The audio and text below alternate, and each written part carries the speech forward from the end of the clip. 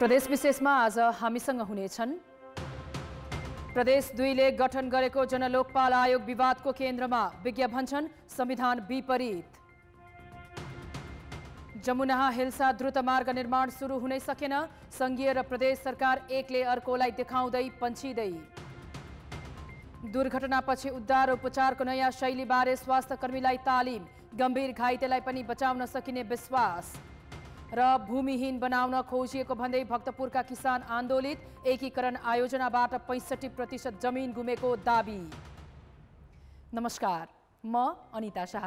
यी थिए प्रदेश विशेषका लागि आजका सामग्री। हेर्दै गर्नुहोस् प्रदेश विशेष, समाचार, समीक्षा र सन्देश।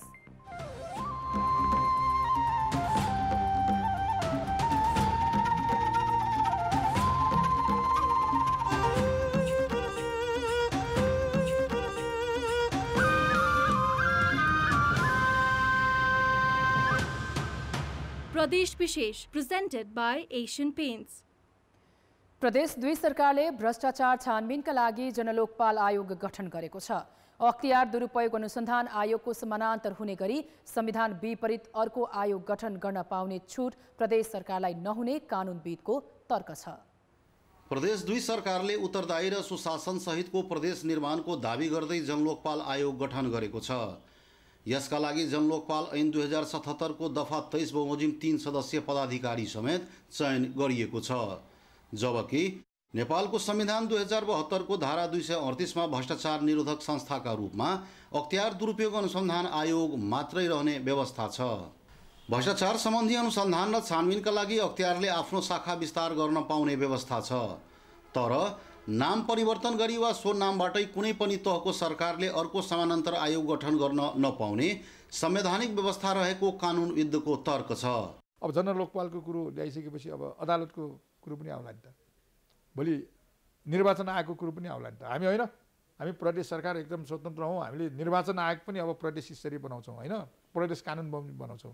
त्यसैले यो कुरो हुन्न, त्यो संविधान विपरीत हुन्छ। यदि त्यो गरिया छ भने त्यो वास्तवमा संविधानले त्यसलाई पर्मिट गर्दैन, संविधानले त्यसलाई अनुमति दिँदैन, त्यो संविधान विपरीतै हुन्छ, त्यसलाई रोक्न जरुरी छ। पदाधिकारी चयनका विषयमा सत्तारूढ दलभित्रै किचलो भएपछि यो आयोग झनै विवादित भएको छ। सल्लाहै गरेको छैन, हामीलाई सोधेकै छैन, त्यहाँ जानु त ठिक कुरो होइन। प्रदेश सभाबाट जनलोकपाल विधेयक पारित भएको झन्डै 1 वर्षपछि मुख्यमन्त्री लालबाबु राउतको सिफारिसमा भदौ 22 गते जनलोकपालको अध्यक्षमा रौथटका रामसहाय प्रसाद यादव र सदस्यमा धनुषाका राजकिशोर शाह र मौतरीकी शोभा महतोलाई प्रदेश प्रमुख हरिशंकर मिश्रले शपथ खुवाएका थिए। अध्यक्ष यादव र सदस्य शाह जसपाको कोटाबाट र महतोले नेकपा एकीकृत समाजवादीको सिफारिसमा नियुक्ति पाएका हुन्। एउटा अख्तियारले कहाँ भ्याउने र पहिलो चाहिँ त्यही जुन इन्स्टिट्युसन जुन सरकारको उसकै दायित्व गुड गभर्नेन्स कार्यान्वयन गराउने, त्यसकारणले यसको आवश्यकता त देखियो नि। नभएको भए यति धेरै भ्रष्टाचार र यति मिस गभर्नेन्सको किन केस आउँथ्यो। संविधानमा संघ, प्रदेश र स्थानीय तहका सरकारको एकल र संयुक्त अधिकार क्षेत्र तोकिएको छ। संविधानमै व्यवस्था नभएको निकाय गठन गरेर प्रदेश सरकारले कानुनी राज्यको उपहास गरेको भन्दै आलोचना बढेको छ। जनलोकपाल पदाधिकारीको नियुक्तिको विषयलाई लिएर सत्तारूढ दलबीच विवाद त छ नै। नियुक्ति भएको 15 दिन बितिसके पनि कार्यविधि, कानुन, कर्मचारी प्राविधिकका साथै बस्ने ठाउँको समेत अभाव छ। कान्तिपुर समाचारका लागि क्यामेरामा ब्रिखेश यादवका साथ अनिल मिश्र, जनकपुरधाम, धनुषा। कर्णाली प्रदेशको लाइफलाइनका रूपमा हेरिएको जमुना हिल्सा द्रुत मार्गको निर्माण अझै सुरु भएको छैन। नेपाल, भारत र चीन जोड्ने महत्त्वपूर्ण मार्ग भए पनि सम्भावना अध्ययन गरेर काम अगाडि बढाइएको छैन। प्रदेश र संघ सरकार एकले अर्कोलाई देखाएर काम अगाडि बढाउन ध्यानै दिएका छैनन्। दक्षिणमा भारतीय सीमासँग जोडिएको बाँकेको जमुनादेखि उत्तरमा चीन जोड्ने हुम्लाको हिल्सा नाकासम्म निर्माण गर्ने भनेको द्रुत मार्गको सम्भाव्यता अध्ययन बाहेकको थप काम अघि बढ्न सकेको छैन। कर्णालीको समृद्धिको आधार बन्न सक्ने फास्ट ट्र्याकको 2075 मा नाम फेरेर जमुना हिल्सा प्रधानमन्त्री अन्तर्राष्ट्रिय द्रुत मार्ग कायम गरिएको थियो। चीनले समेत चासो दिएको यो त्रिदेशीय मार्ग निर्माणमा संघीय र प्रदेश सरकारको संयुक्त लगानी रहने भनिएको छ। तर योजनाको काम अघि बढाउन प्रदेशले संघीय सरकारलाई देखाउँछ भने संघले प्राथमिकतामा राखेको पाइँदैन। ट्र्याक ओपनको काममा 10 किलोमिटर छ नि, त्यो काममा हामी पनि साझेदारी गर्छौँ। प्रदेश सरकार हाल्न तयार छ। कति अर्ब, 2 अर्ब, 3 अर्ब हाल्ने भन्ने कुरा पनि भएको हो। तर त्यो मोडालिटी भने सङ्घ सरकारले ल्याउन सकेन। प्रदेश सरकारकै सक्रियतामा चीनको चाइना रेलवे कम्पनीको चाइना इन्जिनियरिङ कम्पनीले यस सडकको सम्भाव्यता अध्ययन गरेर प्रतिवेदन बुझाइसकेको छ। फास्ट ट्र्याकको निर्माणका लागि 64 अर्ब रुपियाँ लाग्ने अनुमान गरिएको छ। राष्ट्रिय गौरवको आयोजनामा समेत राखिएको यो सडकको ट्र्याक खोल्नुपर्ने र केही ठाउँमा सुरुङ निर्माण गर्नुपर्नेछ। हुम्लाको एउटा खण्ड छ, त्यसमा चाहिँ छहरे भिर भन्ने पर्छ। त्यो छहरे भिर काटियो भने त्यसपछि अब सदरमुकाम सिमीकोट चाहिँ पुग्ने स्थिति छ। अहिले सुर्खेतदेखि हुम्लाको हिल्सा पुग्न 7 दिन लाग्छ। फास्ट ट्र्याक सञ्चालनमा आयो भने 8 देखि 10 घण्टामा पुग्न सकिने अध्ययनले देखाएको छ। 3 देशलाई जोड्दै विकास र समृद्धिमा महत्त्वपूर्ण प्रभाव राख्ने द्रुत मार्ग निर्माणलाई प्रदेश र संघीय सरकारले प्राथमिकतामा राख्नु आवश्यक छ। कान्तिपुर समाचारका लागि क्यामेरामा नवीन शाहीका साथ कमल पन्त र पूर्ण बहादुर खड्का, सुर्खेत। प्रदेश विशेष प्रेजेन्टेड बाय एशियन पेन्ट्स। दुर्घटनामा परेका घाइतेलाई कसरी छिटो भन्दा छिटो स्वास्थ्य सेवा दिने, एम्बुलेन्समा कस्तो सुविधा भएमा घाइतेलाई मृत्युको मुखबाट बचाउन सकिएला, कस्तो प्रकृतिको घाइतेलाई उपचारमा प्राथमिकता दिने, यस्ता प्रश्नको जवाब स्वास्थ्यकर्मीबाट नै पाउन सक्ने अवस्था छैन। यो अवस्थाको अन्त्य गर्न विश्व स्वास्थ्य सङ्गठनसँगको सहकार्यमा स्वास्थ्य मन्त्रालयले दुर्घटनापछि गर्नुपर्ने उपचारको नयाँ शैलीबारे स्वास्थ्यकर्मीलाई तालिम दिन सुरु गरेको छ। धुलीखेल बस पार्क नजिकै एउटा कार र स्कुटर एक आपसमा ठोकिँदा 6 जना घाइते भए। दुर्घटनाको खबर पाउन साथ धुलीखेल अस्पतालको आकस्मिक कक्षमा कार्यरत स्वास्थ्यकर्मी प्राथमिक उपचार सहितको एम्बुलेन्ससँगै घटनास्थल पुगे। यी स्वास्थ्यकर्मीले घाइतेको अवस्था पहिचान गर्नुका साथै दुर्घटनास्थलमै प्राथमिक उपचार गरेर मात्र अस्पताल पठाए। एम्बुलेन्सले साइरन बजाउँदै घाइतेलाई अस्पताल पुर्याउँदा आकस्मिक कक्षका अरू स्वास्थ्यकर्मी स्ट्रेचर, व्हिलचेयर लगायतका सामग्री सहित तयारी अवस्थामा खडा भइसकेका थिए। अति गम्भीर भनिएका घाइतेलाई पनि सुविधा सम्पन्न एम्बुलेन्समा उपचार गर्दै अस्पताल ल्याइएकाले चिकित्सकले सहजै बचाउन सके। यो आजको वास्तविक घटना थिएन। कुनै पनि दुर्घटनामा भएका घाइतेहरूलाई कसरी सुरक्षित र प्राथमिक उपचार सहित अस्पतालमा ल्याउन सकिन्छ भनेर देखाइएको एउटा नमुना मात्र हो। दुर्घटनापछि घाइतेको उद्धार र उपचारमा प्रयोग गर्नुपर्ने यस्तो शैलीबारे स्वास्थ्य मन्त्रालयले स्वास्थ्यकर्मीलाई तालिम दिन थालेको हो। गोल्डन आवर भन्छौँ हामीले।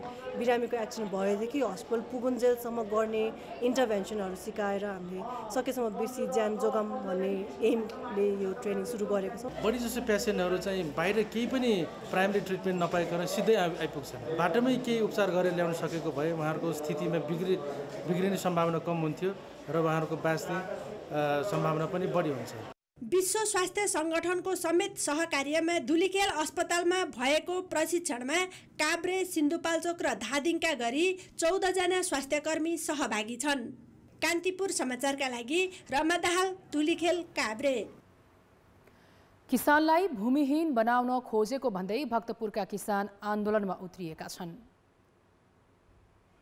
भक्तपुर नगरपालिकाले सञ्चालन गरेको भक्तपुरकै देखो मिवा जग्गा एकीकरण आयोजनाले 65% जग्गा कटौती गरी किसानलाई भूमिहीन बनाउन खोजेको भन्दै शुक्रबार भक्तपुरका किसान आन्दोलनमा उत्रिएका हुन्। आयोजनाले किसानलाई भूमिहीन र पीडित बनाएको भन्दै नेमकीपाको कार्यालयमा किसानले ज्ञापन पत्र समेत बुझाए। उनीहरूले जग्गा एकीकरण गर्दा 55 देखि 65% योगदानको नाममा जग्गा कटौती गरी आफ्नै जग्गा महँगो मूल्यमा किन्न आयोजनाले बाध्य बनाएको समेत आरोप लगाएका छन्। हामीले चाहिँ छलफल गऱ्यौँ। छलफलको केही पनि सुनवाई भएन। केही पनि हाम्रो जनताको मागहरू केही पनि सम्पूर्ण नभएको कारणले केही सहयोग गर्नुहुन्छ कि भनेर चाहिँ नेपाल मजदुर किसान पार्टी लगायत सिरो कार्यालयमा चाहिँ हामीले ज्ञापन पत्र बुझाएका हौँ। आयोजनाले जग्गा वितरण गर्दा समान रूपमा मापदण्ड लागू गर्नुपर्ने किसानको माग छ। आफ्ना मानिसलाई जग्गा वितरण गर्ने परिपाटी तत्काल खारेज गर्नुपर्ने, सल्लाघारी र नगरकोट सडक खण्डमा हाल कायम भएको मापदण्डलाई लागू गरिनुपर्ने, आयोजनाले जग्गा वितरण कार्यको मापदण्ड वैज्ञानिक एवं आधुनिक बनाउनु पर्ने लगायतका 17 बुँदे माग राखेर किसानले भक्तपुर नगरपालिकामा पनि यस अघि नै ज्ञापन पत्र बुझाइसकेका थिए, तर त्यसको सुनवाई भएको छैन। शुक्रबार जग्गाधनी किसानले जिल्ला प्रशासन कार्यालय र उपत्यका विकास प्राधिकरण भक्तपुरमा समेत ज्ञापन पत्र बुझाएका छन्। भक्तपुर नगरपालिकाद्वारा सञ्चालित यो आयोजनाले 9 वर्ष अगाडि जग्गा रोक्का गरेर घडेरी प्लानिङको काम गर्दै आएको हो। प्रदेश विशेष प्रेजेन्टेड बाइ एशियन पेन्ट्स। वर्षायामसँगै उर्लिने खोला र नदीले धेरैको उठीबास बनाउँछ। अझै खोला नजिकै बस्नेले त पानी नपरोस् अनि खोला पनि नबढोस् भनेर प्रार्थना नै गर्छन्। तर पाँचथर सदरमुकाम फिदिम नजिकै बग्ने हेवा तमो र फेमे खोला किनारका बासिन्दा भने पानी परिरहोस् अनि खोला बढिरहोस् भन्ने चाहन्छन्। किन त? हेरौँ यो रिपोर्ट।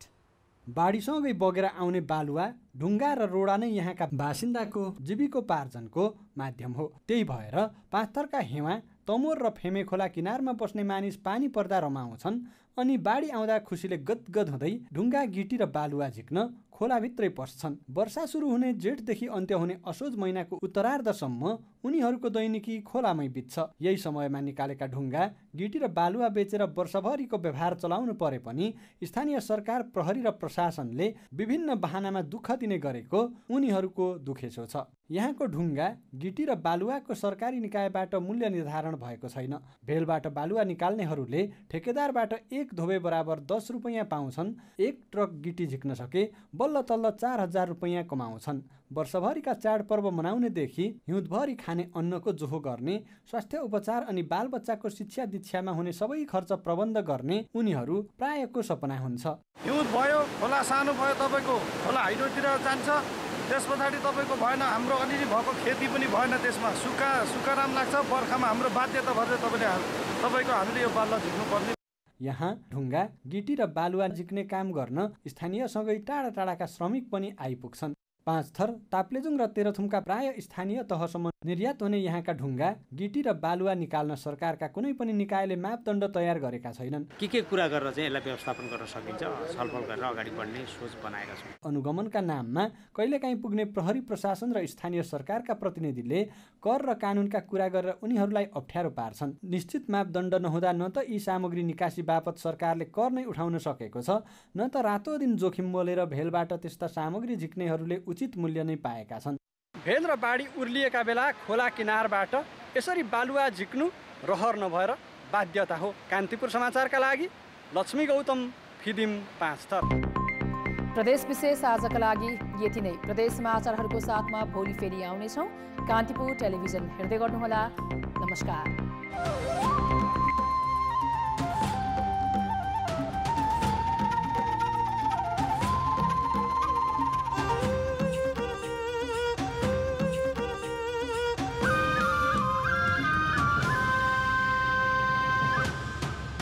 प्रदेश विशेष प्रेजेंटेड बाय एशियन पेंट्स।